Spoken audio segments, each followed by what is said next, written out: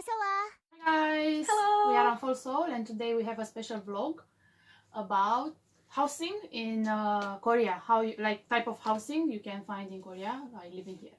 Let's get started. First type of housing, dormitory. Because actually when I came here I was doing my language institution. I was attending a Korean language institution. So in that case you have to stay in dormitory. Actually, like that one was anyway mandatory. But after I went for my master degree, so I had to again register for dormitory in my university. So in Korea, when you register for dormitory, first actually you are chosen you can register and you can get the room in dormitory only based on your GPA. So you need to have high GPA to get the chance to get to have a room in dormitory because there are so many students and not enough space. Usually some dormitories, when you are first semester and you don't have where to stay, they kind of let you because you are first semester, so you don't know what the GPA will be. But after the second semester, or if you are like graduate student or something like that, you do need to prove that your GPA is really high so you can actually stay. But in my case, in my first semester, because I didn't have a GPA, they didn't let me stay in. It's based on GPA. You register actually when the semester is finished. They will send you, like you can find it on their site, and after you can move in actually 1 week or 2 weeks before the semester starts. And when you move in, you need some key money, which in my case was 30,000 won, which is like around $30 maybe. Yeah. I have friends who actually live in one like alone, but in my case I had a roommate. So you cannot choose your roommate, it's like random. And you are lucky if you only leave 2 people in one room, because there are rooms with 3 or 4 beds also. So it depends on university. Yeah, mine was only 2, like 2-person room. They have like floor, female floor and male floor, and you weren't allowed to go if you like male floor or female floor. If I was a female, I wasn't allowed to go to the male floor. If I was going there, they would deduct points. So next time when if I wanted to apply for dormitory, they might have just reject me. Before you go there, you need to do your health check. So like X-ray, most of them, yeah, you have to get X-ray. You have to sign a contract that you don't have any electronics, like heating electronics. Like if you have like no rice cooker or toaster, or even like I had to sign the paper that I had a hair straightener and a hair dryer. Yeah, because maybe they are afraid of fire or something. In my case, actually, I didn't have a Wi-Fi. It was only like the internet cable, so I had to buy the LAN, the LAN, the Wi-Fi device, router. Most of them, they don't have kitchen, and there are really rare ones that they have like a shared common kitchen where you can actually go and like basically cook yourself there, which is really bothering. Yeah. Actually, my friend in Seoul National University, they had each floor they had like a real kitchen with a stove and microwave. In my case, we were not allowed to have food, like to cook inside, because we didn't have with what, but we had a small fridge, so we could have food there. But in my case, like my friend Alexandra, in Hanyang, you were not allowed even to have food in your room, like nothing. Yeah, like they didn't have even a fridge inside. Yeah, that's a little bit weird, but yeah. The cooking thing, we had a microwave, only the first floor. Yeah. Okay. Only the first floor, yeah. So you had to go with your food. But you have a cafeteria, which is usually really cheap for university students. The room was pretty cool. Yeah, I will show you a photo. And a lot of light. And the restroom was quite big too. But the worst thing, in my opinion, is the curfew.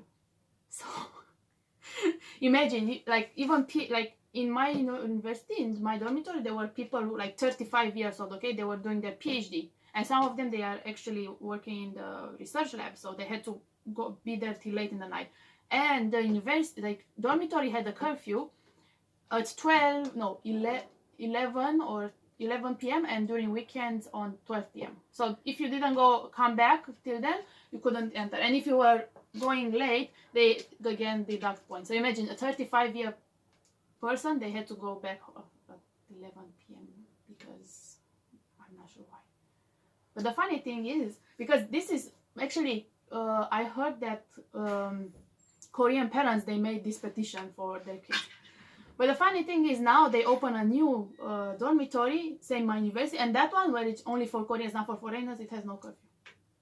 Actually, there are universities where there's no curfew, or there is no curfew during weekends and only during like weekdays, or the curfew is like around 1 p.m. or like 12 after 12. So like this rule depends on the university, depends on like everything. So yeah, but most of them they have a curfew. Yeah. Same with other types of housing, like if you have no problem living with somebody, this is the best choice for a foreigner because you have no deposit, only like the key money, and it's really cheap. Like mine was 220 per month, so like approximately $200, comparing with other type of housing which are more than 400 or yeah, anywhere you are staying. So this one is, yeah, it's a thumbs up for it.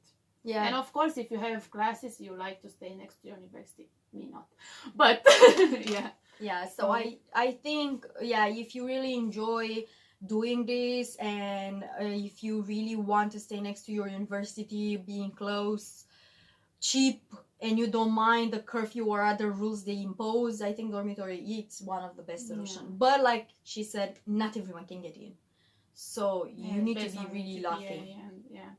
But this is one type of housing in Korea. Most of like exchange students and those like freshmen, they choose this kind of housing. So that's why we chose to speak first about it. And then another. When I first came to Korea, I stayed first at a guest house, which is really expensive and it's kind of like a small hotel. That's only for tourists. So we only stayed there 1 week. And after that, we had to move out, and the only solution was a gosiwon. A gosiwon is a really tiny Box. room. Yeah, it's actually a box room. It's basically so small that my feet were under the desk. Like my bed was half under the desk. It's that small. So a gosiwon usually doesn't have a deposit also, or if it has, it's just 1 month in advance. But most of them they don't have, and those who have are a little bit more fancy. And there are a lot of like negative aspects, but also good aspects. One, like let's start with the good ones, because I think like I started with no deposit, so I think that's like I think it's one of the safest place before, like beside the dormitory where you can live in Korea, because you are not allowed to bring anyone inside. So even if you want like your boyfriend, girlfriend, or someone to come, you need to actually speak with the guy that's at the reception, and they need to leave their ID card there, and you need to say like how much, like how long they will stay. So usually you are not allowed to bring people inside. You, like I said, you don't have deposit. The key money is really cheap, is around like $50, like 50,000, and you receive the money back when you leave, so you don't lose your money. It's just like the key. Most of them have everything, like including food. You have food there. You can eat rice, kimchi, ramen, sometimes coffee and tea, eggs. Depending on the gosiwon, you have a lot of food for free because it's included in the price. You have all the like detergent for your clothes, so you don't have to buy detergent. You can wash your like dishes, and you can use other people, like not other people, but like the shared dishes if you want. So you don't really have to buy things for yourself if you don't need them, which is really amazing. Usually you have a veranda where you can like put your clothes up. So yeah, I think based on this, and you live alone, you don't share the room with anyone, and you have TV and internet and everything including in the price. So because of that, I think it's a really good like place to stay, and most of the universities have a lot of gosiwons next to them, and the rent is pretty cheap. I was paying back in 2014 $250, and then my friend that just left the gosiwon, it was a little bit more fancy.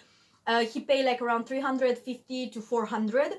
But just imagine for you to live alone, having everything including food in that price, I think is amazing. Like in the dormitory, you cannot even cook. There you have a shared kitchen, which is a kitchen, like literally with everything.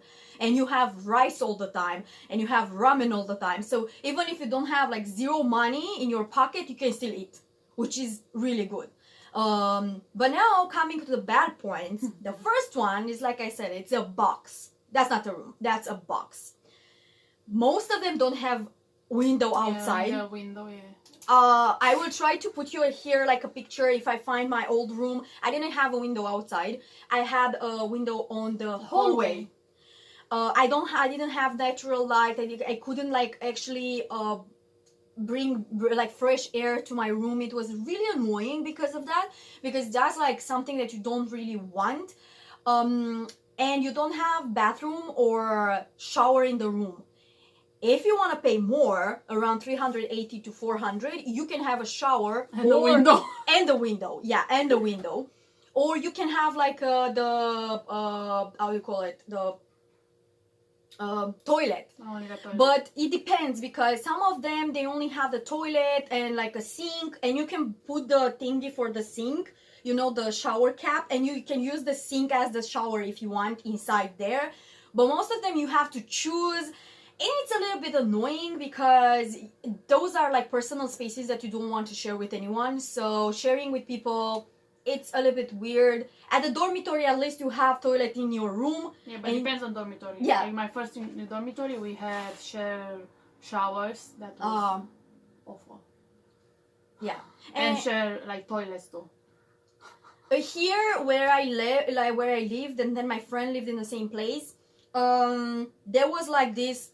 There were like two toilets next to each other with like separate doors, and outside was the washing machine. And there were like two showers, basically two little rooms, one for men, one for women, and you can like go there and shower. And it was kind of like private a little bit because you were just alone in that little room, but still it's like not really nice. Shared because some other people are going there. Yeah, so but it was really clean. Where I lived, it was really, really clean. There are gosiwons where it's not that clean, so yeah, that would be a problem. What else can it be like bad? I think for that tiny box, if you think price and quality, it's a little bit expensive. But if you think price and like free food, internet, detergent, etc., I think most of the people will want to live in a gosiwon.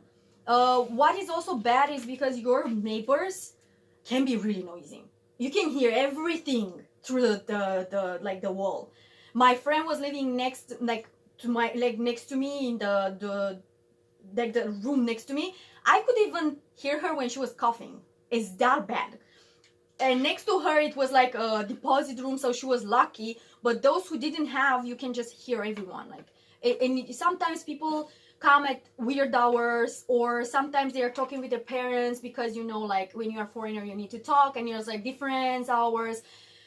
It's annoying. And if you need like quiet time, it will be very hard to actually have a quiet time inside the gosiwon. But it's also very cheap with almost no deposit. And yeah, that's like the gosiwon. Yeah, so the next, now actually I'm living in a share house. In a really, actually it's a quite expensive area for one room. Like you cannot find a one room, even. Yeah, it's like Hapjeong, but you cannot. There is like the prices there are like really, really high for like one room or apartments rented. So I live in a share house. It's like three room apartment share house. So I have to live with other 3 strangers. One of them, like now, like usually you don't know who is coming in. So I used to live 1 year in another apartment with 2 girls, but sometimes it might be guys. So you don't know who is coming next. So this is like not like a thumbs down. Plus, yeah, as I said, it's a shared like apartment. Yeah, it's bigger than normal like one rooms because you have your kitchen separate from your room, of course. But in one room you have the kitchen, and like a kitchen is in the room. So you can find one rooms with like a kitchen, like a separate kitchen, but usually they are over 500. Yeah, it's more expensive.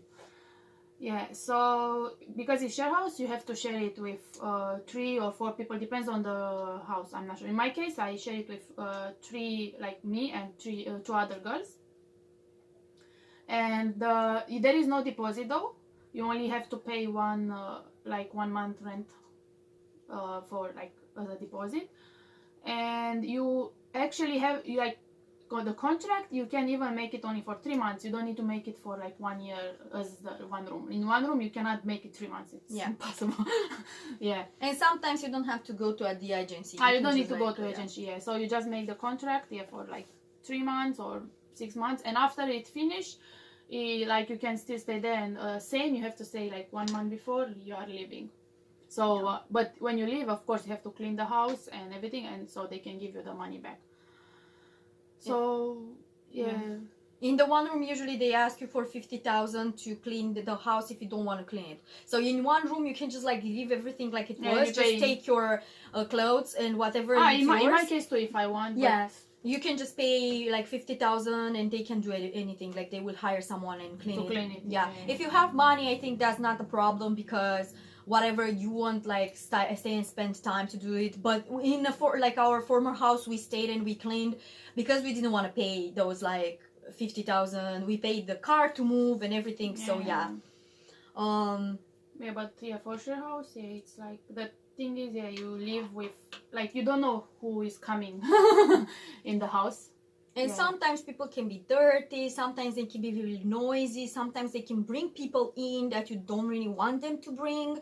So, yeah, I think that's a thumbs down. Yeah. So, but that's like usually the same in dormitory. You live with somebody in the same room. So same, you can like, that one people is studying or sleeping really early, so you have to be really like, don't speak, whatever. Yeah, so actually living with somebody, like especially people you don't know, it's not comfortable. It's challenging. But it's cheap. So those who don't have 5 million, because these days, especially these days, it's really expensive, because you need to pay your deposit plus the real estate fee plus the rent, plus some like these days they ask for utilities, but it's really fake utilities. Like they ask like $50 per month only for water, when actually the water is only 6,000 per month. Or 10,000. Yeah, or it depends. Let's say 20, but it's not 50. Like it's not 50. Like even if you live alone, it's like around 20,000. And most of them, they don't have internet, so you have to make a contract for internet, and it's like super expensive, annoying, and plus if they don't have any furniture inside, just believe that you will have to buy everything. It's sometimes even like the fridge and the stove and electronics and everything. So. Yeah, but in share house, it's like everything inside. Like you have everything, like even microwave, like fridge, sometimes closet, oven, sometimes like it's everything inside. Plus the utilities are really like low, and the internet is every time included. Yeah, so it's like actually when you share the utilities, it's way cheaper than just pay everything by your own. So that's maybe like the price. No deposit, and then you can find a location you really want. So because some locations you cannot live there alone because it's really expensive.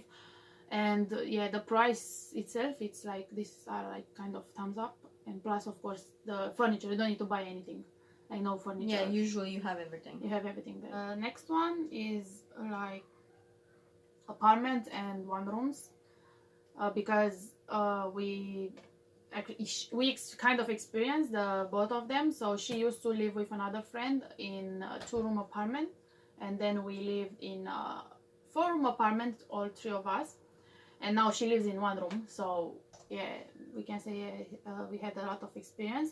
First of all, when you actually want to search for a room, you have to use, like, they have a different application, like phone application, like Chickbank, Tabang, and there are a lot of others. And you can find rooms in your area based on what deposit do you have, and based on what monthly rent you want, or also like if you want 1 room or apartment or whatever. So after you find a room, like you think it looks fine, because on application you can see the photos too, and where it's located, if they have utilities included or not. So after, you have to contact the real estate agency. Like usually they have the phone number there, and after you contact them, actually you can ask them beside that room if they can show you like different similar rooms as the one you wanted to see. Anyway, if you want like 1 room or 3 rooms, whatever, you search there. But the thing is, like the problem in Korea is that most of this kind of housing, they ask you for a huge deposit of money. So the minimum is around 2 million, but 2 million is really Rare. rare, like so rare. Even 3 million is rare. Most of them are like for one room, which is like, but a really really small one. Like don't imagine it's like one room as abroad. It's like $5 million plus the. It's not $5 million. It's 5 million or $5,000. $5,000, 5 million one. Yeah. Yeah, with rent, which is around like what 450,000 won. Or, Yeah. Nowadays, that's the rent. So, But first, don't imagine it's a good thing. Like it looks really bad. Most of them. First, let us talk about our share, like where we live together, because there are two different situations. Like where I live now alone in one room is a totally different area and a totally different space. When we lived in like together, we had what 4 million as deposit, and we were paying 3 people 750 per month, plus the fees for utilities. But this is really cheap. Like, Yeah. That's Why it was so cheap is because one, it was across one university, across Yonsei University, but you only had one bus station, no subway, no supermarkets, no, you had like one 24 hours mart next to your house. And the house was located upon the like Hill. So you always had to climb, like literally climb. And it was at 4th floor. So after climbing, again go to 4th floor. And it was actually, they call it villa. Yeah. So actually it's a family who has the whole building and they only live in one floor and the rest of the floors they usually rent it. So our owner of the building was living at the 2nd floor. Yeah, 2nd? 3rd floor. 3rd floor. 3rd floor. And the rest she rented out. She was really kind, whatever, like yeah, for that. But most of the houses are like this kind of houses, like cheap ones, are located in these villas. But it's like usually really old Korean style, so it's not a new house. And our like where we were living, actually the walls were really really thin. Mm-hmm. So during winter was a little bit cold, like Cold, if we yeah. didn't open the heating every day. But the view, yeah. Yeah, we had a veranda. We did a lot of barbecues there. We had 4 rooms. We had a living room. And the rent was cheap. The rent was cheap. The utility fees were kind of cheap because we were 3 people. So Yeah. that was like really nice because we could split it. Yeah, because of that, it was really nice. But the location was a huge no. So after 1 year, we moved. Oh, and another thing, after you go to agency and you sign the contract, usually sign a contract for 1 year, maximum 2 years, but that's really rare. But not less than 1 year. Yeah, not less. Yeah. Some of them they do for 6 months, but the rent will be huge. Yeah. So usually it's 1 year and you need to respect the contract, otherwise you will lose all your deposit, which is like really bad because... or you need to find somebody yeah. Like for... come to your house. Yeah, instead of you. Yeah, and you have to pay the like the agency fee, which is really high, and it's like around $200 minimum. It depends on the agency. And you have, when you sign the contract, you have to pay 10% of the deposit. 10% of the deposit too. And when you move in on the day you move in, you have to or send, 1 day before. Yeah, you have to send the whole deposit plus the rent for the coming month. Yeah. I sent it 1 day before because I knew that I would be so busy in the day when we moved that I just asked the owner and I said like, can I actually pay 1 day before moving because I'm really like I will be so busy, so I won't be able to send the money tomorrow morning. And he was like, yeah, I'm okay. Most of the owners are quite nice, so if you have a problem you can actually ask them. They're really nice. Like our previous owner was really nice, my owner now is really nice.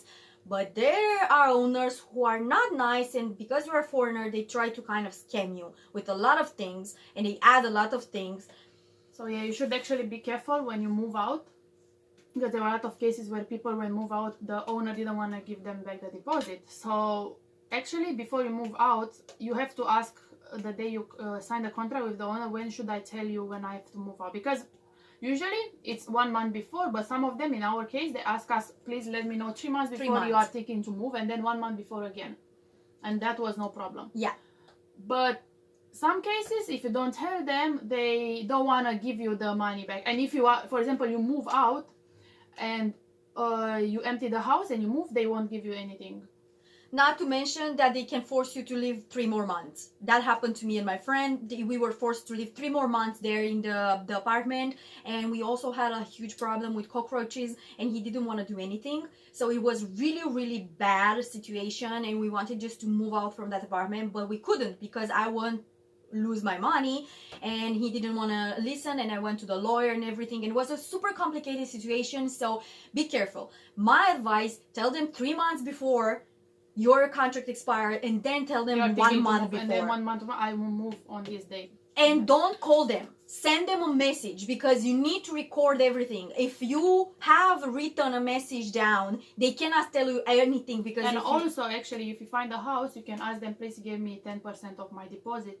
Because I before, need yeah. to, Yeah, before, because I have to move, and they will. But They if will. you tell them before that I'm moving and blah blah. Yeah, they will, because they are not like from this point of view. If you are correct, they are correct. So, for example, I'm living here for almost like, I think in June it will be 2 years, and I never had problems with the owner, and he was like super nice, and he actually renovated like my window and my bathroom door also, even if I didn't ask. And it was like super cool. So if you respect and if you are nice, they will be nice in return. I know that by a fact, because we are always like, when we were nice and we told everything from the beginning and we asked from the beginning, they didn't say anything. So yeah, as my experience with my one room, what I can say is that it was really hard to find this apartment. Right now I have a 2 million deposit and then 360 monthly rent. Now it's impossible to find. Yeah, which now it's extremely hard to find in this area. Probably if you go like 30 minutes away from here, you can find it, but not in the area where I live. This is a very central area. It's really close to like City Hall, or very close to a lot of universities. I live basically in Shincheon, which is next to Yonsei University. Probably a lot of you know this area, and it's next to Hongdae. So a lot of foreigners live here. And by surprise, after my owner renovated the apartments next to mine, the rent skyrocketed. Not just went up. It was so huge. Like, is it like the same space, but because he renovated a little bit, like he like put a bed and a desk. And he just instead of like wood floor, he put it like the normal like tiles as in the bathroom. So yeah, so he was asking now for 5 million deposit, not 2 million anymore, and more than $500 rent, which is plus really, utilities. Yeah, he had utilities too added, which is really bad because I'm living in the same building, and I kind of like, I feel bad for the people that moved in after me. When he asked me if I want to change the rooms or anything, or if I wanted to renovate, I was like, nope, because I knew he will just like literally change the price. And I said like, no, thank you. But he changed the window and the bathroom door because he did it to every other apartment. Oh, and he put me like an electronic locker at the door, so I don't have key anymore. But that's because he did it to all the buildings, so probably, yeah, it was like, yeah, we need to do it in that place also. But right now, because all the like the apartments are like kind of like furnished, to say like that, that's why it's so expensive. When I moved here, I only had the this like dress closet, yeah. I had the fridge and the like stove and kitchen thing. But yeah, that's and kind also, of semi semi because she had the washing machine. Yeah, also the washing machine. Most of them, they don't have anything, and it's just empty. If you want to be cheap, it will be just empty. But it's not cheap. It's same. Like, yeah, it's still a high price. Yeah. And if you want furnished, it will be extremely expensive. There's a problem in Korea with finding a home, and it's really hard if you are a foreigner, and if you don't speak Korean, it's harder. So, especially because of the deposit money. My advice personally, I think you should just talk with the Korean, and if you don't know, like if you don't have any experience and you don't know any like Korean, just go and speak with a Korean friend or someone from university. They can actually help you. They do have people that will help you because they know it's really hard. So basically, yeah, it's really expensive and the rules are different. So So this was our video regarding the housing in Korea. If you Our have, experience. yeah, it's based only on our experience. So everything that we told you, it's actually because we lived in those type of places. And as a personal experience, this is my 9th house in Korea in 6 years. So you can imagine I have like a lot of experience with moving from a place to another place. So yeah, that's why we wanted to make this video. I hope you enjoyed. And don't forget to press the like button. Also subscribe and leave some comments if you have any suggestions or you like us to talk about something specific. Yeah, so see you next time. Bye.